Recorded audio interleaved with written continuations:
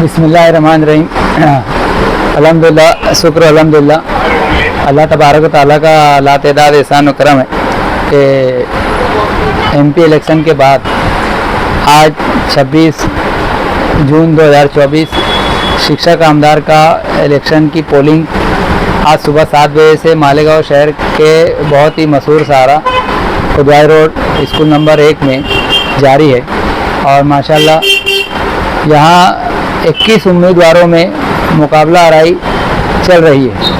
और ये मुकाबला आराई में सर फहरिस्त में जो लोग नज़र आ रहे हैं उसमें एडवोकेट संदीप गुलवे साहब, किशोर दराडे और खोले साहब, इन लोगों में बहुत ही सख्त मुकाबला नज़र आ रहा है। और इस मुकाबले में जो है सुबह से शहर के माइनॉरिटी के तमाम ही तालीमी अदारे, तमाम ही high school and junior college और सीनियर कॉलेज के वोटर्स जिनकी वोट है वो अपने वोट देने के लिए सुबह से अलग अलग शेड्यूल में, अलग अलग टाइम में, हर स्कूल का अलग अलग टाइम है, हर कोई अपने टाइम के मुताबिक, अपने शेड्यूल के मुताबिक यहाँ स्कूल नंबर 1 पर पहुंचकर वोट दे रहे हैं। और बहुत ही बेहतर तरीके से आज का पूरा ये वोट का मरहला गुजर रहा है। हम लोग यहाँ सुबह से मौजूद हैं और जाहिर सी बात है कि 21 उम्मीदवार यहाँ इस वक्त तो उम्मीदवारी कर रहे हैं, लेकिन जैसा कि मैंने कहा कि 3 लोगों में मुकाबला नज़र आ रहा है। पंडल्स और मंडप जो लगे हैं वो भी 4 पंडल्स यहाँ लगे हुए हैं। चारों पंडल्स में एक दूसरे के तय बहुत ही उत्साह भी है और एक दूसरे को लेकर काफ़ी रिस्पेक्ट भी दिख रहा है। ये टीचर होने की वजह से ये चीज़ होनी भी चाहिए, लेकिन कुछ अननेसेसरी चीज़ें भी हुई है जो नहीं होनी चाहिए थी, बहरहाल हुई है और दिखाई दी है। उस पर हम लोग ज़्यादा, हमको उसकी कुछ तफसील मिल नहीं पाई और ना हमने उसको देखा। हाँ, मीडिया की नज़र से वो चीज़ें मैं नहीं समझता हूँ कि बची होगी। मीडिया ने उन चीज़ों को बराबर कवर किया है। अब वो क्या चीज़ें हैं जो अननेसेसरी हुई है वो मीडिया हो सकता है किसी और ज़रिए से, किसी और माध्यम से उसको पब्लिक के सामने लाएगा। बहरहाल मैं शहर के तमाम ही तालीमी अदारे जिसमें 38 हाई स्कूलें एंड जूनियर कॉलेज और सीनियर कॉलेज शामिल हैं, तमाम ही शहर के हर स्कूल के मैनेजमेंट के जिम्मेदारों को, मैनेजमेंट के कहना चाहिए कर्ता धर्ता और रहबर और रहनुमा लोगों को, वहीं तमाम ही हेडमास्टर, हेडमिस्ट्रेस को और सीनियर कॉलेज के प्रिंसिपल और जो खुसूसी वोट देने के लिए जो टीचर हजरात आज स्कूल नंबर 1 में तशरीफ़ लाए, जिन्होंने वोट दिया और वोट देकर अपना जमहूरी हक़ का इस्तेमाल किया है, उस पर उन्हें मुबारकबादी पेश करता हूँ। अब हमने वोट दी है और वोट हमारा जमहूरी हक़ है। वोट के लिए हर कोई की अपनी एक चॉइस होती है, जिसे जो और जिसकी जो विचारधारा होगी अपनी विचारधारा के मुताबिक वो अपने जमहूरी हक़ को इस्तेमाल किया हुआ है। और वोट जा कर के कब किसको दी गई है ये इसकी तफसील हम बता नहीं सकते, इसकी कोई भी तफसील हमारे पास आ भी नहीं सकती है।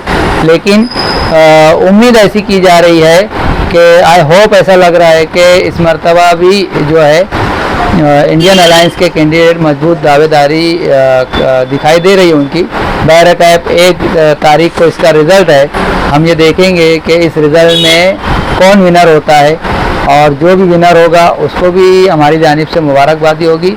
यहाँ बहुत सारे लोग फील्ड पर काम कर रहे हैं, कई सारे मीडिया के लोग भी हैं और बहुत सारे टीचर्स, हेडमास्टर्स भी यहाँ मौजूद है।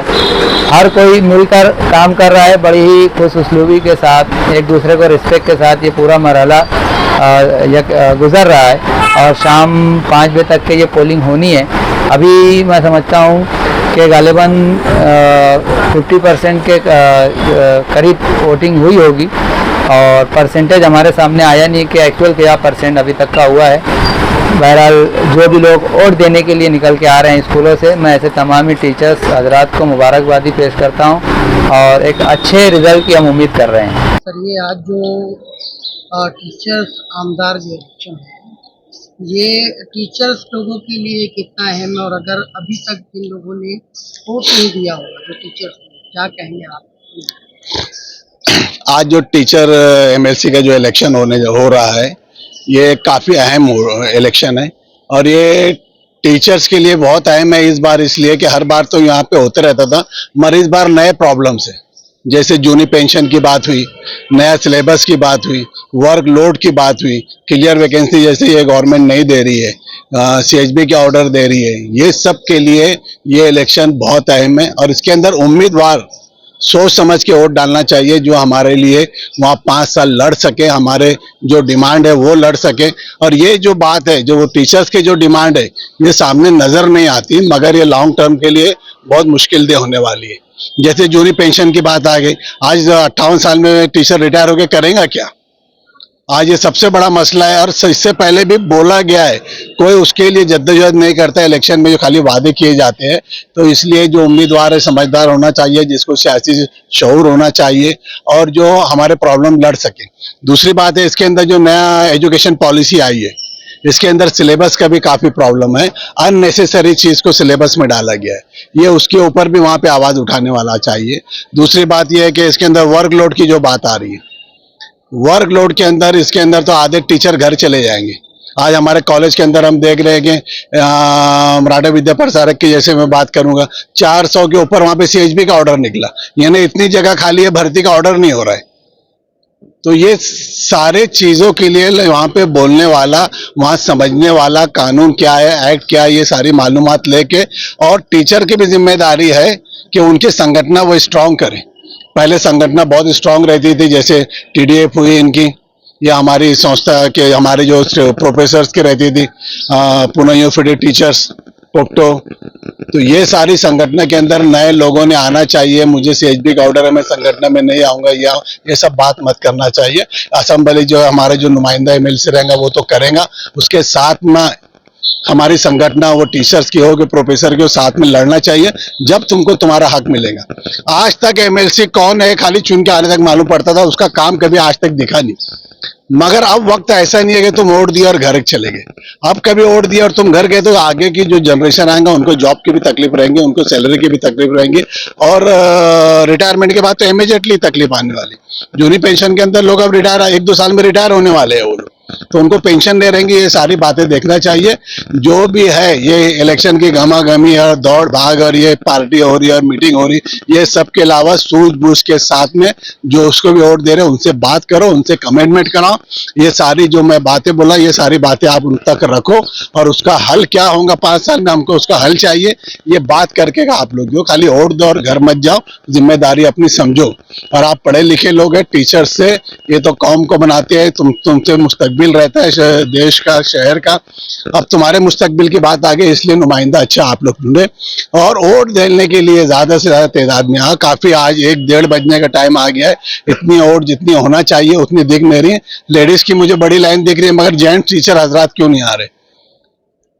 जेंट्स टीचर हजरात क्यों नहीं आ रहे? लेडीज जेंट्स का खाली और लेडीज की बड़ी बड़ी लाइन लगी है। तो ये भी सोचने का मुकाम है कि जेंट्स टीचर्स को इसके अंदर एक्टिव होना चाहिए। ये उनकी जिम्मेदारी है कि लेडीज टीचर के पहले आके वोटिंग कराए, उनके साथ खड़े रहे, उनके वोटिंग की प्रॉपर मालूमात दे। ये सारी जिम्मेदारी जेंट्स टीचर्स की है, मैनेजमेंट हजरात की भी है। जो मैनेजमेंट वाले हैं उनकी भी जिम्मेदारी है। आगे सारी चीजें बंद हो जाने वाली है। अभी तो खाली वो टीचिंग ग्रांट आ रही है, बाकी सारी ग्रांट उन्होंने बंद किए। अब आगे जो भी गवर्नमेंट आएंगे, जो भी पॉलिसी बनेंगे, उसके अंदर हमारा नुमाइंदा ये तो रहने वाला है अगली बॉडी में भी। अक्टूबर के इलेक्शन, असेंबली इलेक्शन में भी जो होगा, ये तो 6 साल रहने वाला है। तो ये सारी बातें उस तक पहुंचाना चाहिए। मैनेजमेंट की भी जिम्मेदारी है, टीचर्स की भी जिम्मेदारी है, प्रोफेसर की भी जिम्मेदारी है कि नुमाइंदा अब तुमको लगने वाला है। अभी तक कौन था, क्या था, किसका भी नाम दे देते थे, वो आ जाता था चुन के। अब ऐसा नहीं चलेगा। जो हमारे हक के लिए लड़े, हमारे मुस्तकबिल के लिए लड़े, बच्चों के मुस्तकबिल के लिए लड़े, नौजवानों के मुस्तकबिल के लिए लड़े, उनकी रोजी रोटी की, और क्या पढ़ा रहे, वो सिलेबस प्रॉपर है कि नहीं, ये सारी बातों की जिम्मेदारी अब हमारे नुमाइंदे के ऊपर है। इसलिए ज्यादा से नुमाइंदा हमको अच्छा सोच बूझ के देना चाहिए, और उसके बढ़ के वोटिंग जल्दी जल्दी आके करना चाहिए। अच्छा, पिछले मर्तबा मालेगांव शहर में लोकसभा इलेक्शन में एक इतिहास रचा।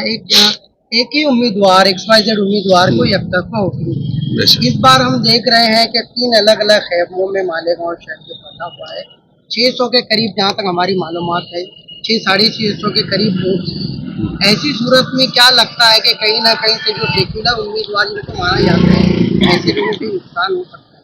देखो पार्लियामेंट का जो इलेक्शन हुआ आज उसके अंदर पूरे हिंदुस्तान में मालेगांव ने अपनी शनाख्त बनाई है।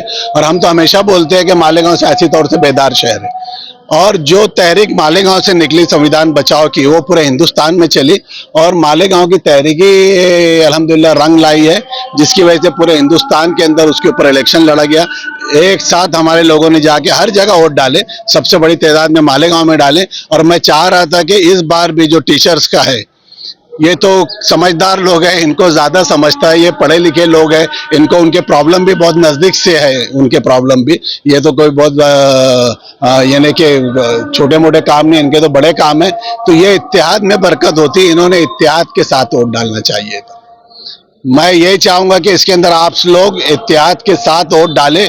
जो उम्मीदवार हमको लग रहा है कि ये सेकुलर भी है, ईमानदार भी है और माइनॉरिटी की अलग प्रॉब्लम है, माइनॉरिटीज के एजुकेशन इंस्टीट्यूट की अलग प्रॉब्लम है। आज तुम देख रहे हैं उर्दू मीडियम में मराठी के टीचर को डाला जा रहा है, तो ये हमारे ऊपर तलवार चल रही है, डायरेक्ट हम पे चल रही है। तो आज हमको हमारी ताकत जिस तरह हमने पार्लियामेंट में दिखाया है, इसी तरह हमने ये टीचर्स के इलेक्शन में भी दिखाना चाहिए। ये मेरे हमारे सारे टीचर हजरात से भी गुजारिश है, सारे जो मैनेजमेंट के लोग हैं उनसे भी गुजारिश है कि आप एक साथ वोट डालें, ऐसे वोट डालें कि वो आदमी कामयाब हो, वो उम्मीदवार कामयाब हो और वो हमारा काम करे। और उम्मीदवार को भी पहले परख ले वो ईमानदार कितना है और कितना सेकुलर है, कितना उसमें काम का जज्बा है।